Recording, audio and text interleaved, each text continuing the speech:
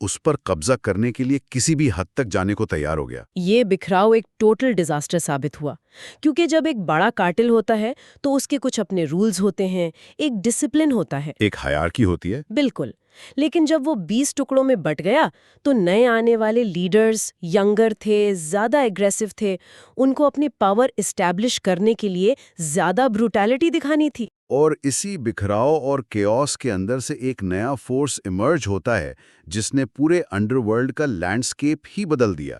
میرا اشارہ CJNG یعنی کارٹل دے خالیسکو نویوا جنراسیون کی طرف ہے۔ CGNG، یہ بہت الارمنگ ڈیولپمنٹ ہے۔ ان کا لیڈر ہے نیمیسیو اوسیگویرا سروانتیز عرف El Mencho. US department of justice اور OFAC کے مطابق یہ آج دنیا کی ٹاپ 5 سب سے خطرناک اور طاقتور تنظیموں میں شمار ہوتی ہے۔ لیکن جو چیز ان کو باقی سب سے الگ کرتی ہے وہ ان کا جنگی طرز عمل ہے۔ Paramilitary tactics. CJNG نے کارٹل وائلنس کو کمپلیٹلی ملٹرائز کر دیا ہے۔ یہ اب گلی محلے کے گینگز نہیں رہے۔ نہیں، بالکل نہیں۔ اگر ان کی ڈاکیومنٹری فوٹیج دیکھی جائے تو ان کے لوگ پراپر ملٹری اور اسپیشل فورسز والے ٹیکٹیکل گیئر میں نظر آتے ہیں۔ ان کے پاس ہیوی گریڈ ویپنز ہیں، اور سب سے بڑی بات، انہوں نے اپنے خود کے آرمرڈ ٹینکس بنائے ہوئے ہیں۔ ہاں، وہ مانسٹرز۔ جی، جنہیں وہ مونسٹروس کہتے ہیں۔ ہیوی ڈیوٹی ٹرکس کو ماڈیفائی کر کے ان پر تھک سٹیل پلیٹس ویلڈ کی جاتی ہیں اور گن ٹرٹس لگائے جاتے ہیں۔ ایک انسیڈنٹ کا ذکر تھا سورسز میں، مئی 2015 میں انہوں نے ایک ملٹری ہیلی کاپٹر تک کو مار گرایا تھا۔ یہ بہت بڑا ٹرننگ پوائنٹ تھا۔ میکسیکن ملٹری کا ایک کوگر ہیلی کاپٹر آپریشن پر تھا، اور CJNG کے آپریٹیوز نے راکٹ پروپیلڈ گرینیڈ یعنی RPG یوز کر کے اسے شوٹ ڈاؤن کر دیا۔ یہ عام گینگز کا کام تو نہیں ہے، یہ سیدھا اسٹیٹ کی ملٹری کے ساتھ اوپن وارفیئر ہے۔ اور صرف ویپنز ہی نہیں، ان کا خوف پھیلانے کا طریقہ یا سائیکولوجیکل وارفیئر کا سسٹم بہت ایڈوانسڈ اور بروٹل ہے۔ سائیکولوجیکل وارفیئر سے مجھے ایل چولو کی سٹوری یاد آ گئی۔ یہ کیس سٹڈی اتنی ڈارک ہے کہ سن کر رونگٹے کھڑے ہو جاتے ہیں۔ ایل چولو، جس کا اصل نام کارلوس انریکے سینچز مارٹینز تھا، وہ کسی زمانے میں اسی ایل مینچو کا خاص آدمی تھا۔ ہٹمین تھا اس کا۔ دونوں نے مل کے CJNG کو بنایا تھا ایک ٹائم پہ۔ ہاں، لیکن پھر ایل چولو نے باس کی اجازت کے بغیر قتل کیے، اور جب اسے پنش کرنے کی کوشش کی گئی تو اس نے بغاوت کر دی۔ اس نے اپنا الگ کارٹل نویوا پلازا بنایا، اور سب سے بڑی بات، وہ دشمن سنالویا کارٹل سے جا ملا۔ اور اس دنیا میں اس سے بڑی غداری کوئی نہیں ہو سکتی۔ اس نے ڈائریکٹ اتھارٹی کو چیلنج کیا۔ تو جب مارچ 2021 میں CJNG نے آخر کار ایل چولو کو پکڑا تو انہوں نے اسے ایسے ہی گولی نہیں ماری۔ ان کا مقصد صرف انتقام لینا نہیں تھا، ایک میسج دینا تھا۔ ایگزیکٹلی، انہوں نے ایل چولو کا ایک ہائی ڈیفینیشن ویڈیو بیان ریکارڈ کروایا۔ اس ویڈیو میں وہ کیجولی اقرار کر رہا ہے کہ وہ غدار ہے۔ اور اس کے بعد جو ہوا وہ پبلک ریکارڈ کا حصہ ہے۔ اس پر انتہائی سنگین تشدد کیا گیا، اس کی ٹانگیں توڑی گئیں، زبان کھینچی گئی، زندہ حالت میں۔ لیکن سب سے خوفناک پارٹ وہ تھا جب انہوں نے اس کی لاش کو پلاسٹک میں ریپ کیا اور جلیسکو کے ایک بہت ہی پبلک پارک کے بینچ پر لا کر رکھ دیا، ساتھ میں ایک سائن لگا دیا، غدار ایل چولو۔ اب آپ اس ایونٹ کو اینالائز کریں۔ پارک بینچ پر ایسی حالت میں باڈی رکھنا، ویڈیوز لیک کرنا، یہ پیورلی ٹیررزم کی ٹیکٹکس ہیں۔ عوام اور پولیس کو ڈرانے کے لیے۔ عوام، پولیس اور رائیول کارٹیلز، سب کو۔ اس کا مقصد ایک ڈیپ روٹڈ نفسیاتی خوف پلانٹ کرنا ہوتا ہے۔ وہ یہ بتانا چاہتے ہیں کہ اگر ہمارا اپنا سب سے خاص آدمی اس انجام تک پہنچ سکتا ہے تو آپ کی کیا اوقات ہے۔ یہ ان کے بزنس ماڈل کا حصہ بن چکا ہے۔ بزنس ماڈل کی بات آئی ہے تو یہاں مارکیٹ کے بدلتے رجحانات میں ایک بڑا شفٹ دیکھنے کو ملتا ہے۔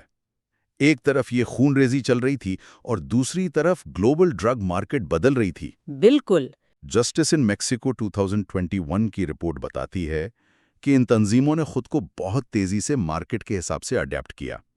جب ڈیمانڈ یا سپلائی میں فرق آیا، جیسے US میں مارجوانا لیگلائز ہونے لگی، تو ان کا پروفٹ گرنے لگا۔ تو انہوں نے فوکس شفٹ کر دیا مصنوعی منشیات یعنی سنتھیٹک ڈرگز پر، جیسے میتھمفیٹامین اور فینٹنل، اور یہ شفٹ پیورلی اکنامکس پر بیسڈ تھی۔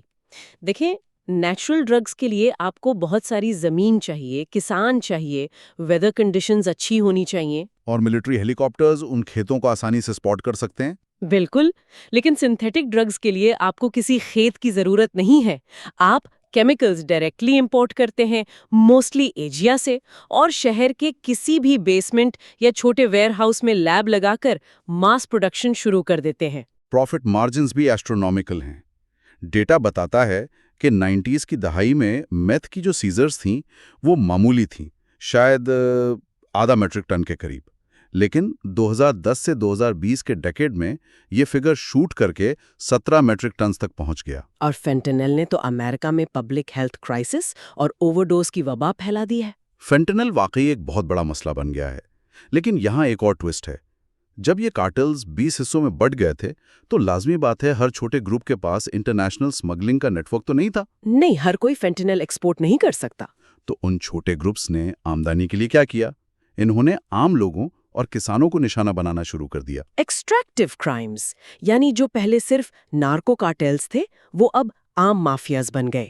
انہوں نے بھٹا خوری شروع کر دی، کڈنیپنگ فار رینسم عام ہو گئی، اور ایک بہت بڑا نیا کرائم سامنے آیا، تیل کی چوری. Oil theft. ہاں، میکسیکو کی حکومتی ٹیل کمپنی پیمیکس ان کا نشانہ بن گئی. ان گروپس نے پائپ لائنز میں سوراخ کر کے لٹرلی ہزاروں گیلنز تیل چرانا شروع کر دیا. صرف 2014 کا اعداد و شمار ہے کہ پیمیکس کو ان آئل تھیوز کی وجہ سے $1.15 بلین کا نقصان اٹھانا پڑا. $1.15 بلین کا نقصان صرف تیل کی چوری سے. یہ تو خود میں ایک چھوٹی اکانومی ہے. لیکن اس سب کا سب سے بڑا اثر تو عام انسان پر پڑا ہے.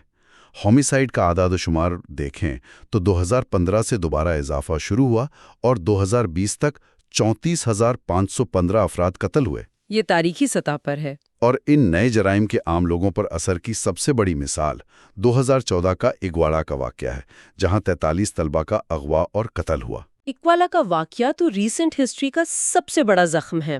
وہ 43 اسٹوڈنٹس کسی کارٹیل کا حصہ نہیں تھے، وہ بس ایک پروٹیسٹ کے لیے جا رہے تھے. لیکن لوکل پولیس اور ایک لوکل کارٹیل کے درمیان گٹھ جوڑ اس قدر مضبوط تھا کہ پولیس نے خود ان بسز کو روکا اور بچوں کو سیدھا کارٹیل کے حوالے کر دیا. جی، ان بچوں کو بے دردی سے قتل کیا گیا. یہ درساتا ہے کہ نظام میں کمزوری اور بھرشٹاچار کس لیول پر ہے. اس نظام کی کمزوری کو سمجھنے کے لیے میں ایک عجیب اور حیران انگیز کہانی کی طرف بات کو موڑنا چاہوں گا. یہ کسی کارٹیل کنگ پن کی کہانی نہیں ہے. ایک سیریل کلر کا ذکر ہے، فرنانڈو ہرنانڈیز لیوا، جو پانچو لوپیز کے نام سے جانا جاتا تھا. پانچو لوپیز کی کہانی واقعی مائنڈ بوگلنگ ہے. اس شخص نے 5 ریاستوں میں 33 افراد کو قتل کرنے کے جرم میں سزا پائی، لیکن اس نے تقریباً 100 قتل قبول کیے اور پولیس کو 137 کا شبہ تھا. باڈی کاؤنٹ تو خوفناک ہے ہی، لیکن جو ریئل ایشو ہے وہ جیل اور قانون کی ناکامی ہے. ایگزیکٹلی. یہ انسان 2 بار جیل سے فرار ہوا، اور سب سے عجیب واقعہ تو 1999 میں ہوا، جب پکڑے جانے کے بعد اس نے جیل میں پھانسی لگا کر خودکشی کی کوشش کی. اور رسی ٹوٹ گئی؟ ہاں، کیونکہ اس کا وزن تقریباً 150 کلو تھا. اس کے وزن سے رسی ہی ٹوٹ گئی. یہ سننے میں شاید عجیب لگے، لیکن اس واقعے کو بڑے پیمانے پر دیکھنا ضروری ہے. پانچو لوپیز جیسے اکیلے قاتل کی کہانی کو اگر آپ ایل چاپو کے فرار ہونے سے جوڑیں، جو میکسیمم سیکیورٹی پریزن سے فرار ہوا تھا، الٹی پلانو جیل سے، اس کی سیل کے شاور کے نیچے سے 1 مائل لمبی ٹنل نکلی تھی. اس ٹنل میں پراپر لائٹس لگی ہوئی تھیں، وینٹیلیشن تھی، اور ایک موٹر سائیکل ریلز پر چل رہی تھی. یہ جیل افسران کی ملی بھگت کے بغیر امپاسبل ہے. بڑے پیمانے پر رابطہ بن رہا ہے یہاں. دونوں کہانیاں اس بات کی نشاندہی کرتی ہیں کہ سسٹم میں کتنی بڑی خامیاں اور کرپشن موجود ہے. جب تک قانون نافذ کرنے والے ادارے اور عدالتیں ٹھیک نہیں ہوں گی، چاہے وہ سیریل کلر ہو یا کارٹل لیڈر، ایسی کہانیاں بنتی رہیں گی. میں اس بات سے بالکل اتفاق کروں گا. آج کی اس تحقیقی گفتگو کا اگر خلاصہ کیا جائے تو یہ کہانی صرف ڈرگز کی نہیں رہی. یہ طاقت کے بکھراؤ کی کہانی ہے، مارکیٹ کی تبدیلیوں اور مصنوعی منشیات کی کہانی ہے، اور عام لوگوں کو نشانہ بنانے والے نئے جرائم کی کہانی ہے. بالکل. کارٹلز کا فوجیوں جیسا روپ دھار لینا اور خوف کی علامت بن جانا اس مسئلے کی سنگینی کو ظاہر کرتا ہے. سسٹمک ویکنیسز اور انسٹیٹیوشنز کا کھوکھلا پن اس کو اور مزید ہوا دے رہا ہے. تو آخر میں سننے والوں کے لیے ایک سوچنے کا مقام چھوڑنا چاہتا ہوں. ایک ایسی بات جو سب کو ایک نئے تناظر میں دیکھتی ہے. اگر دنیا بھر کی حکومتوں کی